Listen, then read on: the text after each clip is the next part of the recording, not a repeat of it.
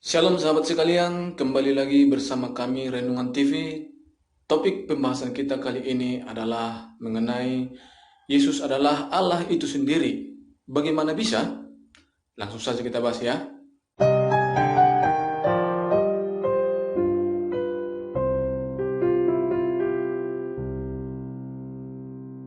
Yesus adalah Allah itu sendiri. Mungkin Anda bertanya, saya tidak mengerti ini. Bagaimana Yesus bisa menjadi firman Allah, anak Allah, dan juga Allah itu sendiri? Kita harus memahami bersama bahwa Allah lebih besar daripada pengertian kita. Manusia memiliki pemikiran yang terbatas sehingga tidak bisa memikirkan Allah dengan sempurna. Kita tidak mengenal Allah karena kepandaian yang kita miliki. Dalam 1 Korintus 1 ayat 21 kita membaca, oleh karena dunia dalam hikmat Allah tidak mengenal Allah oleh hikmatnya. Tetapi puji syukur kepada Allah karena Ia memilih menyatakan itu kepada kita.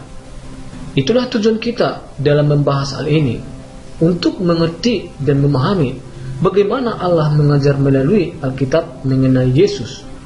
Kita akan melihat bahwa Alkitab sangat jelas mengajarkan bahwa Yesus adalah Allah.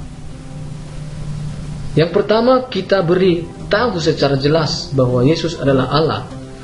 Kita akan memperhatikan dua ayat yang menceritakan bahwa Yesus adalah Allah. Pertama, Yohanes 1 ayat 1, bahwa kata firman menunjukkan kepada Yesus. Ayat ini menerangkan kepada kita, dan firman itu adalah Allah. Jika ada yang berkata bahwa Allah dan firman tidak sama, berarti ia setuju bahwa Alkitab tidak benar. Namun kita sebagai orang Kristen mengimani bahwa Alkitab adalah benar. Ayat yang kedua yang ingin kita lihat adalah Roma 9 ayat 4 sampai dengan 5. Sebab mereka adalah orang Israel.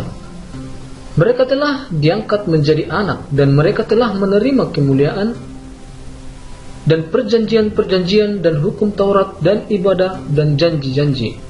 Mereka adalah keturunan bapa-bapa leluhur yang menurunkan Mesias dalam keadaannya sebagai manusia yang ada di atas segala sesuatu. Ia adalah Allah yang harus dipuji sampai selama-lamanya. Amin. Ayat ini berbicara tentang anak-anak Israel atau bangsa Israel dan bagaimana mereka menerima hukum Taurat dan janji-janji Allah. Hal ini menerangkan bagaimana Yesus secara fisik dilahirkan dalam bangsa mereka.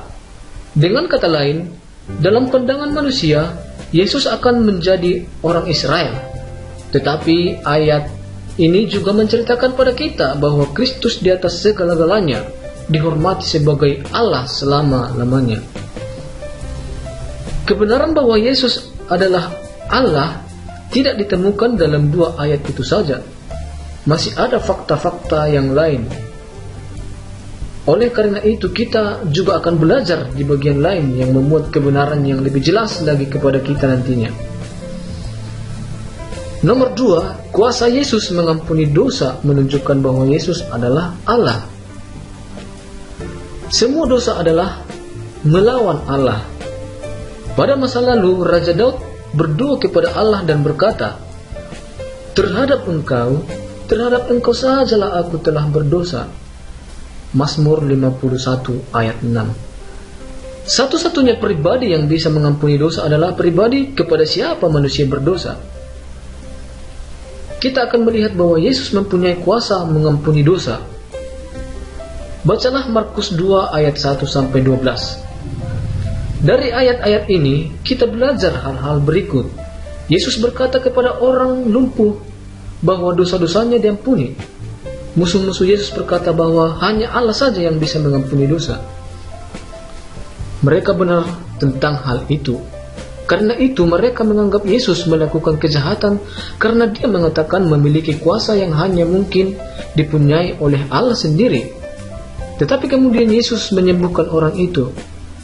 Dan ini membuktikan kepada orang-orang bahwa dia sungguh-sungguh punya kuasa untuk mengampuni dosa, karena menurut mereka kelumpuhan orang itu adalah karena dosa-dosanya. Mari kita memikirkannya dengan cara sebagai berikut. Andai kata di sini ada sebuah rumah yang kita tahu bahwa dia adalah orang yang mempunyai kunci itu. Jika kita melihat orang itu datang ke rumah, kemudian mengambil kunci dan membuka pintu, kita akan mengetahui bahwa dialah pemilik dari rumah itu.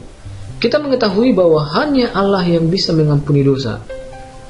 Oleh sebab itu, bila kita melihat Yesus datang dengan kuasa yang untuk mengampuni dosa, kita tahu bahwa Yesus itu adalah Allah.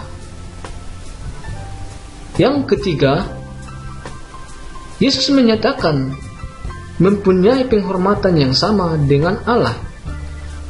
Yohanes 5 ayat 23 berkata demikian, supaya semua orang menghormati anak sama seperti menghormati Bapa. Barang siapa tidak menghormati anak, ia juga tidak menghormati Bapa yang mengutus dia. Dalam ayat ini, Yesus menyatakan dengan jelas bahwa manusia akan menghormati dia sebagaimana mereka menghormati Bapa. Jikalau Anda mulai membaca dari ayat 16, Anda akan menemukan bahwa orang-orang Yahudi mau membunuh Yesus. Orang-orang Yahudi berkata bahwa Yesus telah mengajar bahwa dia sama dengan Allah. Ayat 18. Jika Yesus tidak menjadi sama dengan Allah, dia sudah tentu akan membenarkan mereka. Dia akan membuat itu jelas bagi mereka bahwa ia tidak sama dengan Allah. Apakah dia melakukan ini? Tidak. Malahan Yesus memberitahukan kepada mereka bahwa semua orang menghormati anak sama seperti menghormati Bapa. Perhatikan dalam Filipi 2 ayat 6. Yang walaupun dalam rupa Allah tidak menganggap kesetaraan dengan Allah itu sebagai milik yang harus dipertahankan. Ayat ini menceritakan bahwa Yesus telah menjadi Allah sebelum ia datang ke dunia. Yesus tidak pernah berpikir bahwa dia merampas hak Allah dengan menjadi sejajar dengan Allah, melainkan ia sedang menyatakan sejajar dengan Allah karena ia adalah Allah itu sendiri. Kemudian nomor 4, menerima pujian seperti Allah. Ya, Yesus menerima pujian seperti Allah. Perhatikan dua kenyataan berikut. Pertama, dalam Kisah Rasul 14 ayat 8 sampai 18, kita membaca bahwa Paulus dan Barnabas sedang mengajar di Listra atau dengan kuasa Yesus. Orang banyak yang melihat mereka mengatakan bahwa ada dewa-dewa yang telah turun dari surga. Paulus dan Barnabas dengan segera memperbaiki kesalahan ini dan memberitahukan kepada orang-orang itu bahwa mereka manusia sama seperti mereka yang tidak patut untuk diagung-agungkan. Tindakan ini tepat seperti yang seharusnya mereka lakukan. Kedua, ketika Yohanes mendapat mimpi dari surga, ia jatuh tersungkur menyembah orang yang berbicara kepadanya. Orang itu memberitahukan bahwa dia tidak seharusnya melakukan demikian. Hanya Allah yang harus disembah. Maka tersungkurlah aku di depan kakinya untuk menyembah dia.